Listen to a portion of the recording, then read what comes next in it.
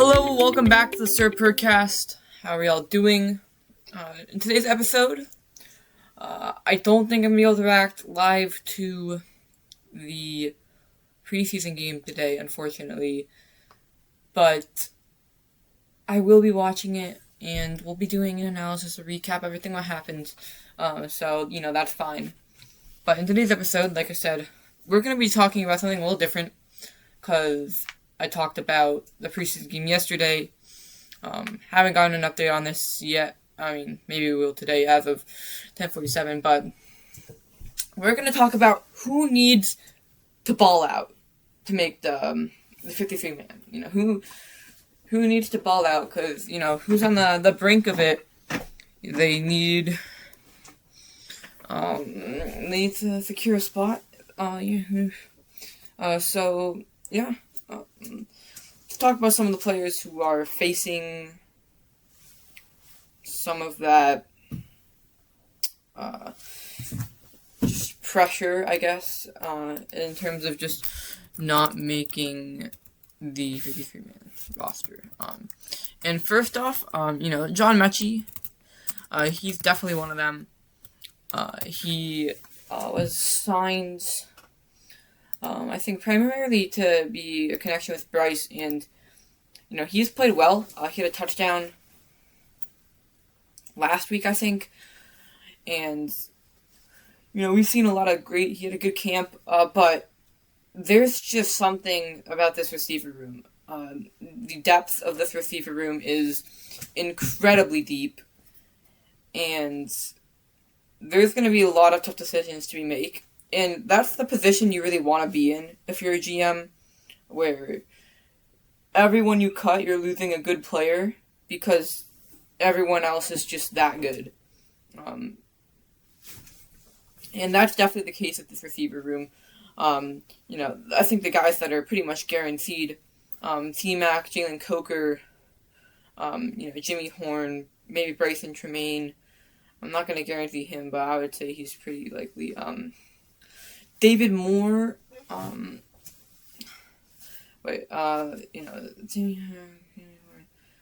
think there's 7 guys, maybe not Bryson Tremaine, maybe not David Moore. I would say David Moore, though. He's a definitely favorite from Coach Canales.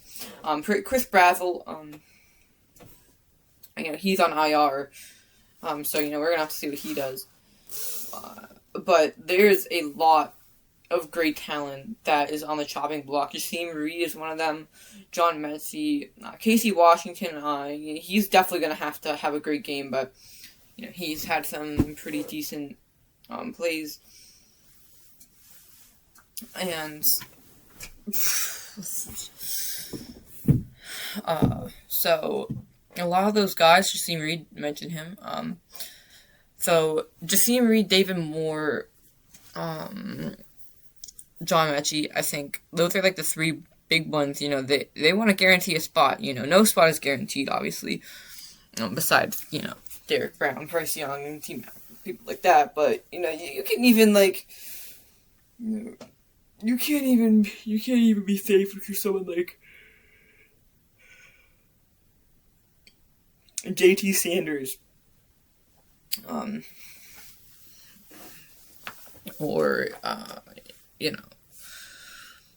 so, again, just keeping that in mind. Jasim Reed, back to John Mechie. John Mechie, it's really going to determine, I think, these last couple preseason games. What can he do? Can he get open? How can he elevate the offense? He's a good route runner, good pass catcher, solid all around. But like I said, you have to be a lot better than solid if you're going to make this wide receiver room, because, I think it's one of the deepest in the league. Like I said, it's going to be a really tough decision for Dan Morgan. But yeah, John Mechie, he's definitely going to have to make his case in the last couple of games and practices. Same with Jasim Reed. His stock has been absolutely rising throughout the entire camp. I would be buying Jasim Reed stock right now. And, he's just building a relationship with, Kenny, Kyle, And Haynes, but he's injured, obviously. But he is someone who's, really putting in the work, and, just getting better each day. You can really see that, touchdown in the preseason, both preseason games. And again, that's not even enough to guarantee yourself a spot on the 53-man roster, because just how incredibly competitive and talented this receiver room is. Jassim, I have a lot of confidence in him. I think if anyone was going to get that, I would give him my nod. Just what he's shown. He looks really good. He looks like he knows the offense. Been with us before. He's turning into a really good young player. But again, like I said, it's just a really, really talented room, and it's going to be a tough decision, for sure. So, with that being said, no one's safe. But again, that's why, we've got to see him show out these last couple games. I think, absolutely could be on this roster. Next up, David Moore. I feel pretty confident about him making the roster. Is he on the older side? Yes. Does he bring maybe as much potential as someone like Jassim Reed, John Mechie? No.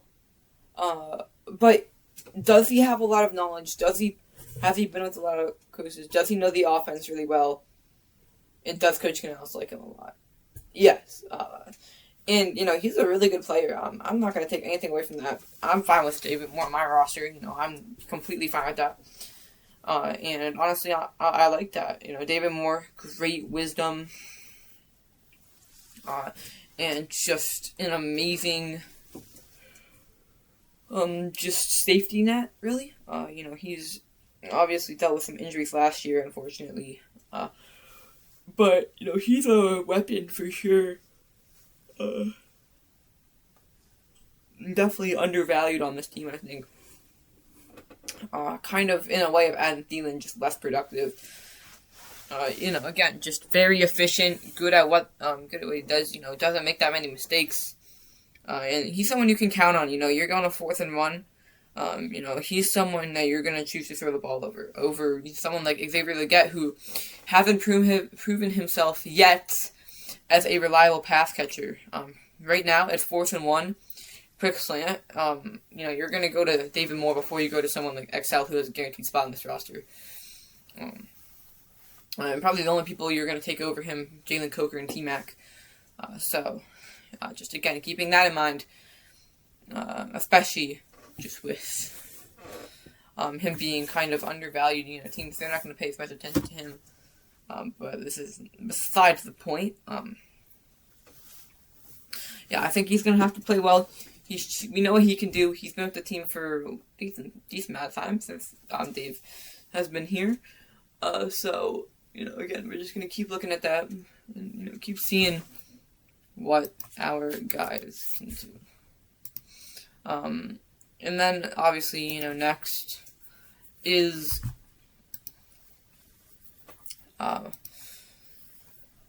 going to be Casey Washington. Or, no, Bryson Tremaine. Sorry, I'm tripping. Bryson, he's played well for us, definitely in the past. We're still waiting to get in the end zone, but he's made some plays, been reliable, had a really good one-handed catch against the Cardinals.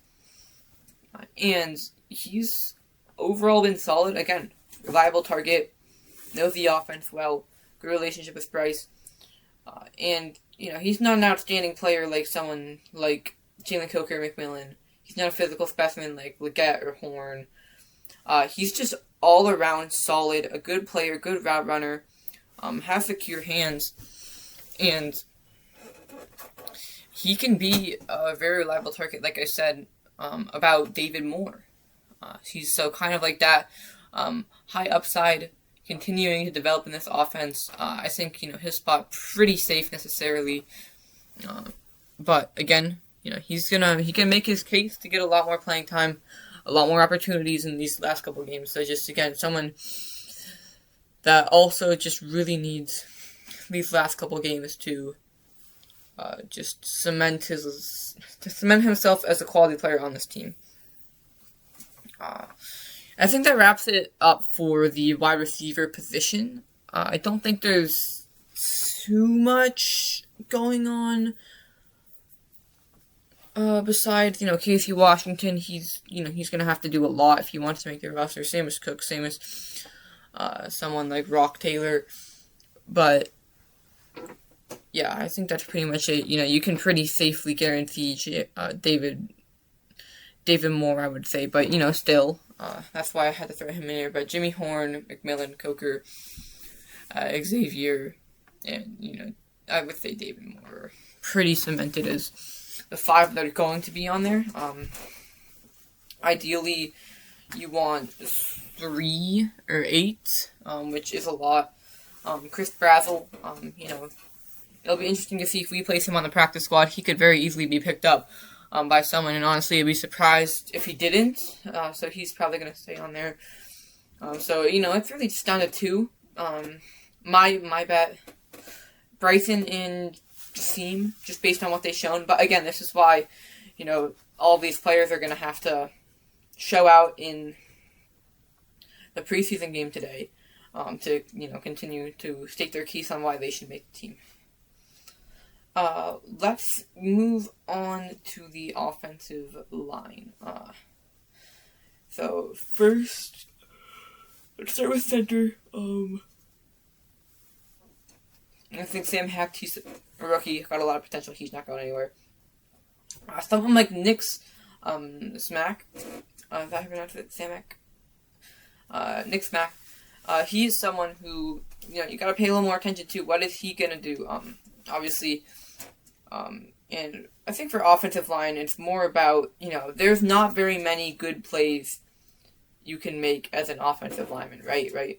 Like, there's either you do your job, or it's a bad play, necessarily. Like, pancakes, those are obviously, I would say considered good. But just a good job with winning the rep and creating space, which is expected, and, if you don't do that, that's considered a bad play, which is a tough situation to be in. But I think someone like Nick, especially, you just want to look at just the connection with the quarterback, the snapping. I think, that's the main thing. You want to make sure that's down. If that's not down, you can say goodbye to this team. Because that's, the most important part. It's the first part of the game, part of the play. If that part doesn't go well, the entire play is blown up. So you really need that. And then, obviously, just how do they elevate this run game? And, can they protect Kenny for, more than 3 seconds? So, yeah, keeping all that in mind. And, this is, again, it's really tough this year, I think, more so than prior years. There's just a lot of talent on this team, and some tough decisions are going to have to be made. And I think, we just have to live with that, for sure. And that's a tough thing to live with. Nick Smack definitely, I think, is going to have to really stand out if he wants a chance to make this team, which, again, that's the point of this episode. So, another guy, I think, could be Kyle Trask. And you might think, oh, you're crazy. Kyle Trask, no shot at making the team. He's just brought in here because he's the 4th quarterback. And yes, I think that is, but there is a possibility Haynes King gets put on the practice squad list if he cannot be ready for week 1, if it's a longer injury than we thought it would be. And there's a need for 3 quarterbacks on the roster. Kyle Trask, he's going to really have to perform and prove himself. He's going to have to play like Haynes King did, like Carson Beck did, if he wants to make this team. Because 3 quarterbacks, that's not exactly 3 healthy quarterbacks. Sorry. Obviously, I think Haynes King, he's either staying on the roster or he's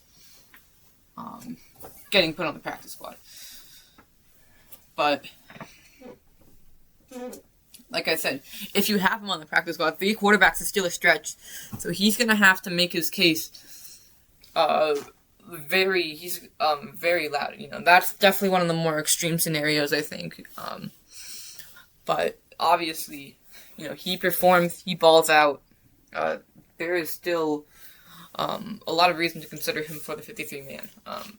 Especially, if we're putting Haynes King on the practice squad. Which, talking about that, it's a risky decision for sure. It depends on how much we value someone like him, and obviously he's a great player. He's shown that. He's worked on his throwing a lot over this offseason and all of camp, and you've really seen that. It's gotten a lot better. Obviously, he brings a lot of value in the run, scramble, just getting out of the pocket and extending the play, which is really where he shines, and he's shown that in the Hall of Fame game. But there is the argument, we have Bryce, we have Kenny. I think Bryce, he's obviously edged out of the question. Like, he's our guy for at least the next couple of years. And obviously, I'm completely fine with that. That's how I want it to be. But if you're gonna keep someone, it's just a motive for wanting him to be on the roster. He's a great player. Obviously, football's really unpredictable. You can never actually be safe necessarily in terms of depths, because we've seen it happen a lot of times to teams when their backup gets injured, and then what are you going to do? So, which is again, keeping Kyle Trask would be an option, and Haynes King. Obviously, he's expected. It's week to week right now. It's, not supposed to be a long-term injury, but just, do you want to lose someone like him and risk, 2 quarterbacks? We played with that last season, obviously, and it was fine. We didn't have any injuries, but football's very unpredictable, and you have a talent like Haynes King. You don't want to necessarily let go too quickly and risk putting him on the practice squad, because, I can see a team like the Jets picking him up. Geno Smith, he didn't turn out as well as they necessarily hoped someone like Geno Smith could turn out, so I don't really know what they're expecting, but, that's just the reality of the sport. It's really unpredictable. So having the extra safety net of a third quarterback could be useful, and not risking him, because we did that last year with Coker, and honestly, looking back at it, it was pretty bad. I don't know why we would ever do that, especially just with all the promise he showed when he was here, even. But we're super lucky that he wasn't picked up. So again, it's just a risk, and that's football. Like I said, unpredictable. And you can never truly know what's going to happen next. I think that's going to wrap it up. I didn't do anything defense, but this can be continued as a series. I think someone like Damani Richardson, Cam Gill could be on the chopping block next. Probably Kion Bars as well, just at the pass rush area. But yeah. Thank you guys so much for watching. Keep pouting. I'll see you guys in the next episode. Go Panthers. Good luck.